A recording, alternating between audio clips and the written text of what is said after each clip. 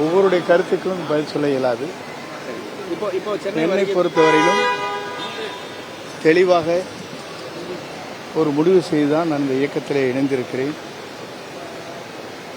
மற்றவர் கருத்துக்கள் சொல்லியோ மற்றவர் கருத்துக்களை ஏற்றோ நான் இந்த இயக்கத்தை இணையவில்லை. ஆகவே டெல்லி சொல்லித்தான் சொல்வது என்பது சால பொருத்தமாக இருக்காது. தூய்மை ஆட்சி அமையும் அப்படின்னு சொல்றாரு. அப்போ அதிமுக ஆட்சியில் தூய்மை ஆட்சி அமையலையா? ஏங்க நான் ஆட்சி சிஎம் இருக்கும்போது ஒரு மினிஸ்டர் இருந்தாருன்னு கேட்கிறாரு. தூய்மையான ஆட்சி என்பதற்கு பல காரணங்கள் இருக்கிறது.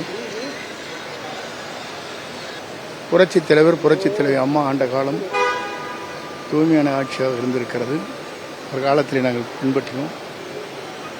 ஆகவேதான் அன்றைய தினம் வெற்றி என்ற இலக்கை புரட்சித் தலைவர் இருக்கும் வரை 3 முறை அவரை யாராலும் வெல்ல இயலவில்லை. புரட்சித் தலைவர் அம்மாவும் 5 முறை முதலமைச்சராக இருந்தார்கள். இப்போது மக்களுடைய தீர்ப்பை பொறுத்தவரையிலும் 2021 என்ன தீர்ப்பு வழங்கப்பட்டிருக்கிறது என்பதே அவருக்கு அது பதிலாக இருக்கும்.